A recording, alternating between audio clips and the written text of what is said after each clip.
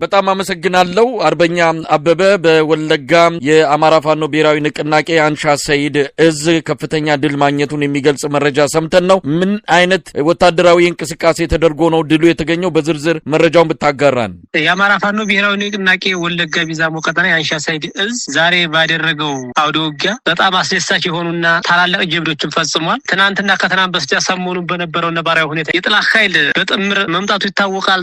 ትናንት ጀንበር የገላገለው አውደ ውጊያ እንደነበረ ይታወቃል። ዛሬ ግን ያን የተከበበውን ጥላት ለማስመለጥ ተጊዳ አያና 28 መኪና የተንቀሳቀሰ ሲሆን ያገዛዙን ኃይል ጭኖ ከቁስለኛ እና ከአስክሬን ላይ ያነሳውን መሳሪያ በመጫን ያን የታፈነ ኃይል ሙሉ በሙሉ ወደ አንገርጉተን ከተማ ለማስመለጥ በሚሞክር ሰዓት ልዩ ቦታዋ አንበሳ ተራራ የምትባል ደፈጣ በማድረግ የአንሻ ሰይድ እዝ ክፍለ ጦሮች በተናበበ ሶስቱ ክፍለ ጦሮች በተናበበ መልኩ አንጸባራቂ ድል ተቀዳጅተዋል። ጌጤ ግርማ በረቁ ክፍለ ጦር፣ አንገርጉተን ክፍለ ጦርና ታፈራ ለሙሳተነው ክፍለ ጦር ዛሬ አስደናቂ ድልን ተቀዳጅተዋል። 28 ተሽከርካሪ ይዞ በመጣ ሰዓት በደፈጣ በማስገባት ሰፊ የሆነ አውደ ውጊያ በማድረግ ሙሉ በሙሉ 28ቱን መደምሰስ ተችሏል። ከነዛም አራቱ ያመለጠ ሲሆን ሌላው 24ቱም የጥላት ኃይል ጭኖ የመጣው መኪና ሙሉ ወደ ፋኖ ገቢ ተደርጓል። የሚጠቅሙትን መኪኖችና ፓትሮሎችን ጨምሮ ለትራንስፖርትና አንዳንድ አገልግሎት የሚውሉትን በማውጣት ቀሪውን ደግሞ ሙሉ በሙሉ ከነጥላት መደምሰስ ተችሏል ማለት ነው። የጥላት ኃይል ከማህበረሰቡም እንዲሁ ከእያንዳንድ ቦታ የተወጣጡትን ንብረቶች ወደ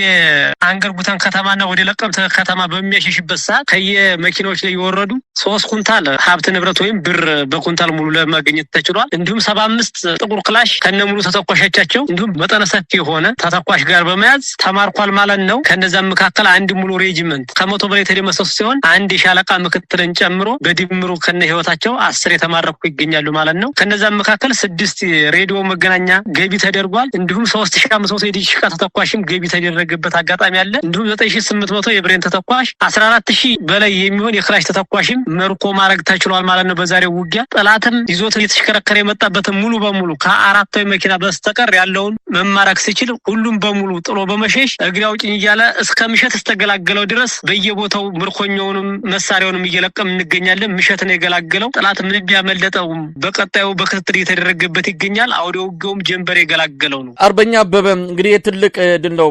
አንዳንድ ቪዲዮዎች ይወጡ ነው። የተሳተፉ አካላት አሉ። ካገዛዙ በኩል የሰማ ነው የገዳ ኮማንዶ፣ ጋቸና ሲርና፣ ኤርጴ ሎሌ፣ አድማ በታኝ፣ ልዩ ኃይል፣ ሚሊሻ እነዚህ ሁሉ በአገዛዙ የሚታዘዙና የሚሰማሩ ኃይሎችን ነው እንደገጠማችሁ የሚነገረው። ምናልባት በአሁኑ ሰዓት በምን ሁኔታ ላይ ነው ያለው? አሁንም ውጊያው እንዳልቆመ የሚገልጹ ነገሮችን በተለያየ የሚዲያ መድረኮች እየሰማው ነው ያለውትና አሁንም ውጊያው ቀጥሏል ማለት ነው? አዎ ውጊያው እንደቀጠለ ነው። እንዳጠቃላይ ትናንት ፈንዲቃ የምትባለው አካባቢ ላይ የነበረውን ትንቅንቅና ውጊያ ቀኑን በሙሉ የፈጀ አሁን ስማቸውን የተጠቀሱት በሙሉ ገዳ ኮማንዶ፣ ኤርጴ ሎላ፣ ጋቸና ሲርና አድማ በታኝ እንዲሁም የኦሮሚያ ልዩ ኃይል በጥምር እንዲሁም ያገዛዙ ሰራዊት በመሆን ትናንት ጀንበር የገላገለው መሆኑ ይታወቃል። ዛሬ የሚሆን ተብሎ ኃይል ተጨምሮ ያንን የፋኖ ምት መቋቋም ያቃተው ኃይል ወደ ኋላ ወደ አንገርጉተን ከተማ ለመውጣት ሲል የሚያደርገው ቅድመ ሁኔታ 28 ተጨማሪ መኪና የሰው ኃይል በተሽከርካሪ በማድረግ መንገድ ጠረጋና ወደፊት የማስመለጥ ስራ ለመስራት በተሞከረ ሰዓት ነው ወደዛ ወደ ከተማውም ሳይገቡ የቀሩበት አጋጣሚ የተፈጠረውና ሙሉ በሙሉ የጥላት ኃይል ይዞት የመጣውን በሙሉ አስረክቦ ወደ ኋላ እንዲመለስ የተገደደበት አጋጣሚ አለ። ምክንያቱም አሁን እንደ አጠቃላይ ያንን እነሱ ባቀዱት ስትራቴጂክ የሆነችውን ቦታ ለመቆጣጠር ያልተሳካባቸው አጋጣሚና እኛ አመቹን ቦታ ስለያዝነው ነው። እንደ አጠቃላይ አሁን ላይ ይሄን ሁሉ ድልም ካገኘንም በኋላም ሙሉ በሙሉ ተጭኖ የመጣው ኃይል ሲደመሰስ ቀሪዎቹና ያ ትናንት ህዝብን ሀብት ንብረትን ያወደመው ጠላት በጥምር አሁንም እንደ አጠቃላይ ማስመለጥ አልቻሉም። አሁንም ጀንበር የገላገለበት አጋጣሚ አለ ብያለሁ። አሁንም ውጊያው እንደቀጠለ ነው። እንደ አጠቃላይ እዛ ቀጠና ላይ የገባው የጥምር ኃይል በሙሉ እንደተከበበ ነው። ዞሮ የቀጣዩ ምን ይሆናል የሚለውን በቀጣይ የምናየውና የሚታየው ይሆናል። በቀጣይ የምናሳውቅም ይሆናል። እንደ አጠቃላይ ሙሉ በሙሉ የገባውን ጠላት አንድም አላስወጣንም። አሁን ላይ የተመታው 28 ተሽከርካሪ 24ቱን ስናስቀረው 4ቱ ወደ ኋላ የተመለሰው ወደ ሆነ ቦታ ላይ ተቆርጦ የጥላት ኃይል መጠነ ሰፊ ሆነ ቁስለኛውንም አስክሬኑንም ሰብስቦ የተቀመጠበት አጋጣሚ አለና አሁንም እንደቀጠለ ነው። እኛም ዋና ዋና ቦታዎችን ይዘን መሃል ከበን እየደቆስነውበት ያለንበት አጋጣሚ ስለሆነ አሁንም ያ የጥምሩ ኃይልና ያገዛዙ ሰራዊት ወደ ኋላም 4ቷን መኪና ይዞ ቢመለስም ሙሉ በሙሉ አሁንም ተከበባ ያልወጣበትና ተከበባ ቀለበት ውስጥ ያለበት አጋጣሚና ተከቦም ያለ ኃይል ነው። አሁን ላይ ወጥቷል ማለት የማይቻልም ይቀጥላል ነው በቃ። አሁን እንዳጠቃላይ ዛሬም ጀንበር ምሽት ነው የገላገለው፣ ነገም በዛው ልክ ነው የሚቀጥለው። አርበኛ አበበ እንግዲህ አገዛዙ ይሄንን ጥቃቶች ሲፈጸምበት ወዲያው ንጹሃን ነዋሪዎች ላይ እርምጃ ነው የሚወስደውና ባለፈውም ተመሳሳይ ጥቃት ፈጽማችሁ እስከ ጀነራል ማዕረግ ያለውን የአገዛዙ ያገዛዙን ከፍተኛ መኮንን በውጊያ በደመሰሳችሁ ጊዜ በነዋሪዎች ላይ ከፍተኛ መሳሪያዎች ተኩስ በመፈጸም ጉዳት እንዳደረሰ ይታወሳል። እንዲህ አይነቱ ነገር አሁንም ትሰጋላችሁ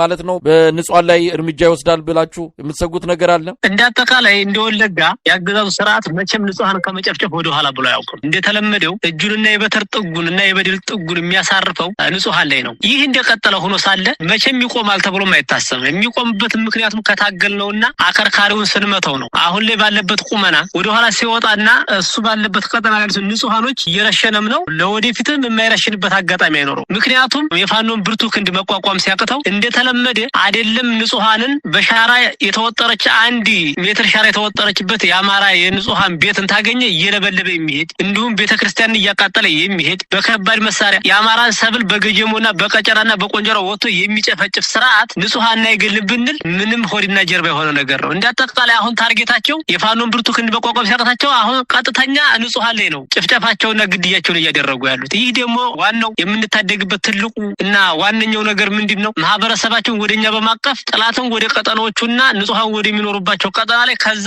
እየቀጠቀጥን የማስወጣት ስራ እየሰራን ስለሆነ አሁን እንዳጠቃላይ ንጹሃንን ካገኘ ከህፃን እስከ አዛውንት ከነፍሰ ጡር እስከ ሽማግሌ የማይልበት አጋጣሚ ደረጃ ላይ ስላለ ማህበረሰቡን እንዳጠቃላይ ንጹሃኑን የሚጨፈጭፍበት እንደቀጠለ ነው። ስጋትም በከባድ መሳሪያም በአየር ኃይልም በእግር ኃይልም እንደተለመደው ንጹሃን ላይ ያለማባራት ይሄ ነው የማይባል ባገኘበት አጋጣሚ ከሁሉም ቦታ ላይ በተገኘበት አጋጣሚ ቅጽበት ማህበረሰቡ ላይ ከፍተኛ የሆነ እንትን እንደሚያደርስ ይታወቃል። ይሄ እንደ ስጋት ሳይሆን እንደ መደበኛ ነገር ያገዛዙ መደበኛ ስራ ብለን ነው የምንይዘው። ንጹሃን ላይ የሚያደርገው ጭፍጨፋና ግድያ እንደቀጠለ ነው። እንዳጠቃላይ በጥምር ኃይሉ ያገዛዙ ሰራዊቶችም የሚፈጸመው ትልቁና የስራ ለውጥና የስራችን ሂደት ያምራል ብለውም ንጹሃን ላይ ነው የሚያሳርፉት እንጂ አሁን ላይ ባሉበት ቁመና የፋኖን ብርቱ ክንድና ከፋኖ አንዳችም ነገር ጥቃት ለመሰንዘር የደከሙበትና እንትን ያሉበት አጋጣሚ ስላለ ንጹሃን ላይ ግን መጠነ ሰፊ የሆነ የሀብት ዘረፋ፣ የንብረት ወረራ እንዲሁም የንጹሃን ግድያ እንደቀጠለ ነው። አሁንም ማህበረሰቡን ለማፈናቀልና ለመዝረፍ ተዘጋጅተውና ተልዕኮ የተሰጣቸው አጀንዳን በዚህ ልክ ነው እያራመዱ ያሉት። አሁን ላይ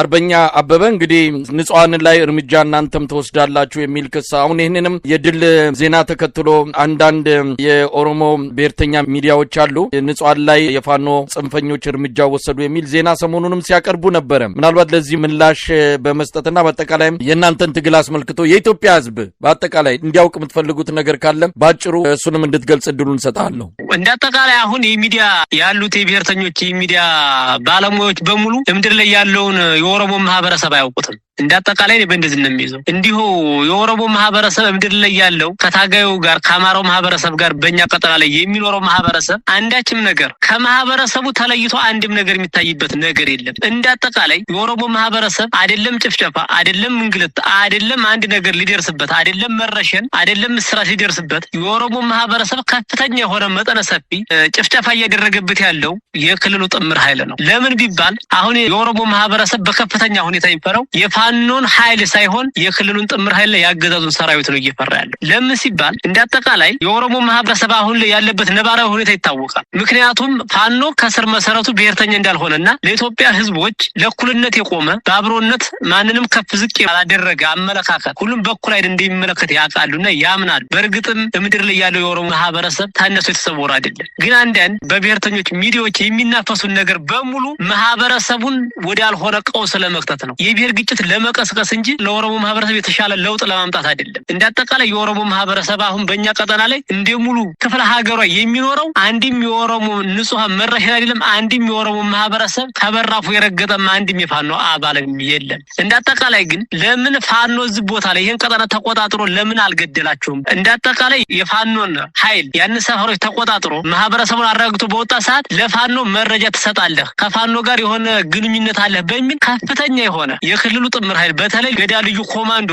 ለፋኖ መረጃ ታቀብላለህ፣ እንዴት ከአማራ ጋር ወይም እንዴት ከፋኖ ጋር ተስማምተህ ትኖራለህ በማለት በየወይን ቤቱ በየእስር ቤቱ እንዳጠቃላይ በየካምቡ እንዳለ የኦሮሞ ማህበረሰብ መጠነ ሰፊ የሆነ ስርዓትና እንግልት እስከ ረሸና የደረሰ ማህበረሰቡ እንዲፈናቀል እያደረጉ ያሉት አሁን ላይ ያለው የክልሉ ጥምር ኃይል ነው። በተለይ የአገዛዙ ሰራዊትም በተጨማሪ አማራ ማህበረሰብ ጋር መኖር አይችሉም የሚል ለይቶ ያልሆነ የፖለቲካ ግንዛቤ መስጠት ማህበረሰቡ ከፍተኛ የሆነ መጠነ ሰፊ ከአንድ አማራ ማህበረሰብ ማህበረሰብ ጋር ወይም ከአንድ ፋኖ ጋር ተስማምተው እንወርክ ማለት አንድ የፋኖ ጥላታችን ሳይሆን አንተ ነህ ጥላት በሚል የኦሮሞ ማህበረሰብ በሰፊው በማሸማቀቅ ከቦታው ላይ እንዲወጣና እንዲለቅ እያደረጉት ያሉት የክልሉ ጥምር ኃይልና የክልሉ ካድሬ ነው። እንዳጠቃላይ የኦሮሞ ማህበረሰብ ያማከለና ለኦሮሞ ማህበረሰብ የሚበጀውን ስራ እየተሰራ ስላልሆነ በዛ ልክ ነው ከአማራ ማህበረሰብ ጋር እንዲሁም ከፋኖ ጋር ተስማምተው በሚኖርበት ሰዓት ለየት ባለ መልኩ እርምጃ እየተወሰደባቸው ስለሆነ የኦሮሞ ማህበረሰብ ከጥቃቱ ሰለባ ነፃ ለመሆን ሲባል በራሳቸው ጥምር ኃይል በኦሮሚያ ክልል ጥምር ኃይልና በአገዛዙ ሰራዊት ፍራቻ ምክንያት ብቻ ቤታቸውና ንብረታቸውን ለቀው ይሄዱ ነው ያሉት። አሁን